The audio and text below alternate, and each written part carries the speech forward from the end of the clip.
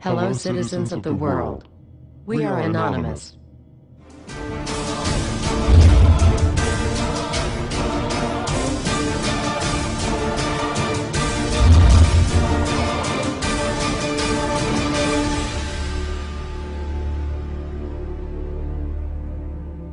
Dear brothers and sisters, now is the time to open your eyes. In a stunning move that has civil libertarians stuttering with disbelief, the U.S. Senate has just passed a bill that effectively ends the Bill of Rights in America. The National Defense Authorization Act is being called the most traitorous act ever witnessed in the Senate, and the language of the bill is cleverly designed to make you think it doesn't apply to Americans. But toward the end of the bill, it essentially says it can apply to Americans if we want it to. Bill summary and status. 112th Congress, 2011 to 2012, S. 1867. Latest title, National Defense Authorization Act 4. This bill, passed late last night in a 93-7 vote, declares the entire USA to be a battleground upon which U.S. military forces can operate with impunity, overriding posse comitatus and granting the military the unchecked power to arrest, detain, interrogate and even assassinate U.S. citizens with impunity. Even Wired magazine was outraged at this bill, reporting, Senate wants the military to lock you up without trial. The detention mandate to use indefinite military detention in terrorism cases isn't limited to foreigners. It's confusing, because two different sections of the bill seem to contradict each other. But in the judgment of the University of Texas Robert Chesney, a nonpartisan authority on military detention, U.S. citizens are included in the grant of detention authority. The passage of this law is nothing less than an outright declaration of war against the American people by the Military-Connected Power League.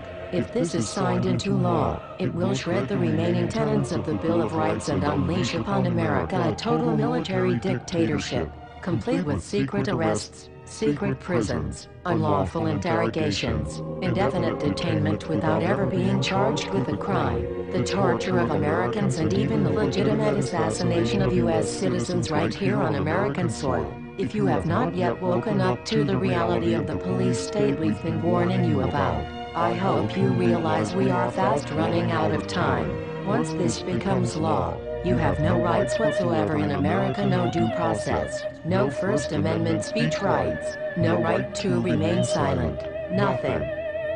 The U.S. Senate does not want us to speak. I suspect even now orders are being shouted into telephones and men with guns will soon be on their way. Why? Because while the truncheon may be used in lieu of conversation, words will always retain their power. Words offer the means to meaning, and for those who will listen, the enunciation of truth. And the truth is, there is something terribly wrong with this country, isn't there? Cruelty and injustice, intolerance and oppression. And where once you had the freedom to object, to think and speak as you saw fit, you now have censors and systems of surveillance coercing your conformity and soliciting your submission. How did this happen? Who's to blame? Well, certainly there are those who are more responsible than others, and they will be held accountable. But again, truth be told, if you're looking for the guilty, you need only look into a mirror. I know why you did it. I know you were afraid. Who wouldn't be? War, terror, disease. There were a myriad of problems which conspired to corrupt your reason and rob you of your common sense. Fear got the best of you, and in your panic, you turned to the now president in command, Barack Obama. He promised you order. He promised you peace. And all he demanded in return was your silent, obedient consent. More than 400 years ago, a great citizen wished to embed the 5th of November forever in our memory. His hope was to remind the world that fairness, justice, and freedom are more than words, they are perspectives. So if you've seen nothing, if the crimes of this government remain unknown to you, then I would suggest that you allow the 5th of November to pass unmarked. But if you see what I see, if you feel as I feel, and if you would seek as I seek, then I ask you to stand beside one another, 1 year from November 5th, 2011, outside the gates of every courthouse of every city demanding our rights. Together we stand against the injustice of our own government. We are anonymous. We are legion. United as one.